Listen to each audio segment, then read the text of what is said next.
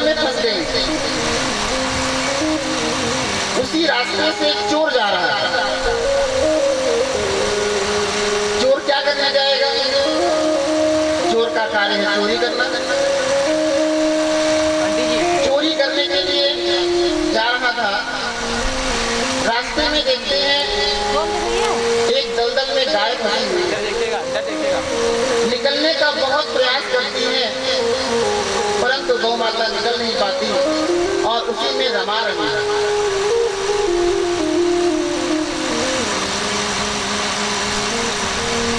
चोर ने क्या किया? चोर ने गौ माता के ऊपर पैर रख करके गौ माता को लांग दिया। गौ माता को जैसे लांग जाते हैं, आगे उनको जो चोरी करने जा रहे थे तो अशर्फियों का भरा बैग मिलता है।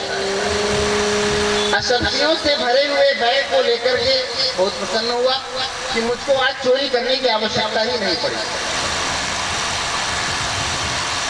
घटनाक्रम में देखिए, चोरी करने जा रहे थे, गौ माता को लांघा है और गौ माता को लांघने के बाद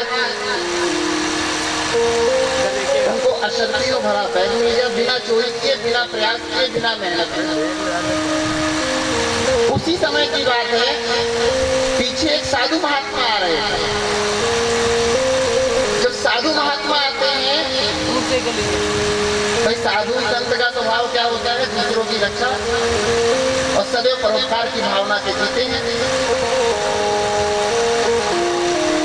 इस स्थिति को देख करके उनसे रहा नहीं गया। उन्होंने अथक प्रयास करके गौ माता को दलदल से बाहर निकाला।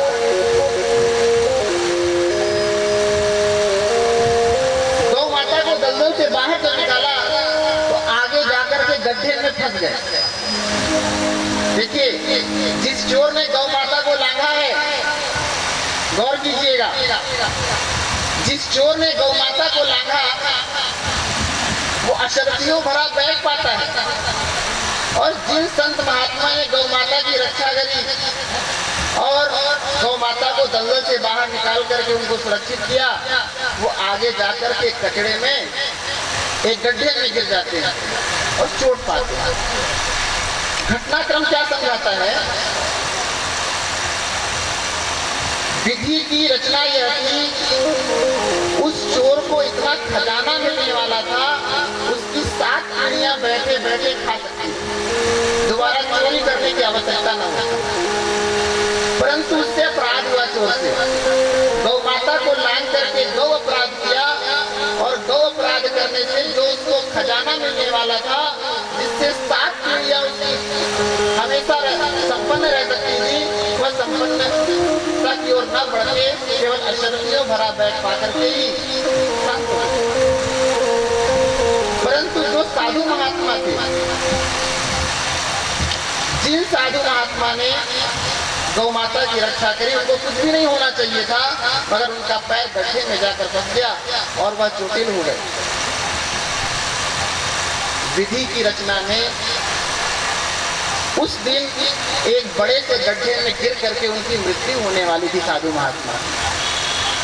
परंतु गौ माता की रक्षा करने से जो पुण्य प्राप्त हुआ, उस पुण्य का ये फल था कि वो बहुत बड़ा हादसा जिससे उनकी मृत्यु होनी थी, वह मृत्यु टल करके एक छोटे से चोटिल हादसे में परिवर्तित हो गई।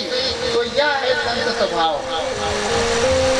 वही बात आती है, हम करना तो वो चाहते हैं जो हम करते रहते हैं, पर होता तो वही है जो प्रभु चाहते हैं। एक बार यदि हम वो करें कि जो प्रभु चाहते हो, तो फिर होगा वही जो प्रभु चाहते हैं।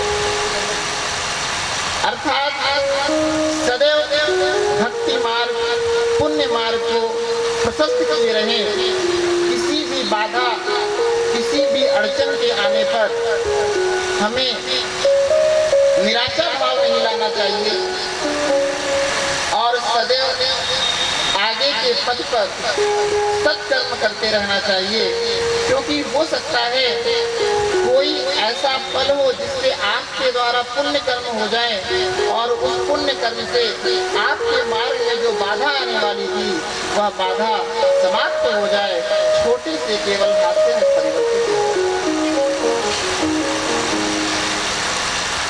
तो इस छोटी सी कथा के माध्यम से आपको यह संदेश दिया गया है कि पुण्य कर्म को कभी भी आप नष्ट मत होने दें और सदैव पुण्य कर्म की ओर बढ़ते रहें।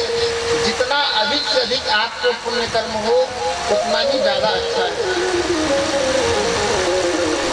अनेक कोटि कोटि जन्मों के जब पुण्यों का उदय होता है तब जाकर के हमें कहीं भगवत रसा स्वादन करने का कुछ फल प्राप्त होता है। ऐसे प्रभु की दिव्य कथा, प्रभु के भक्तों की कथा अत्यंत ही दिव्य है। एक बात और पूर्व में बता देना चाहते हैं, कथा करने की दो पद्धति है। एक नारदीय पद्धति है, जिसको नारद जी के हाथों में क्या है? नारद जी के हाथों में बीड़ा है, संगीतमय है, तो जिसको हम संगीत के माध्यम से श्रवण करते हैं। यदि हम इसमें बीच बीच में न बोले तो दोष लगता है, परंतु जब घर में पंडित जी आकर कथा श्रवण कराते हैं सत्यनारायण भगवान की, वो संगीतमय नहीं है। आप अगर उसमें कुछ बोलते हैं तो कोई दोष लगता है।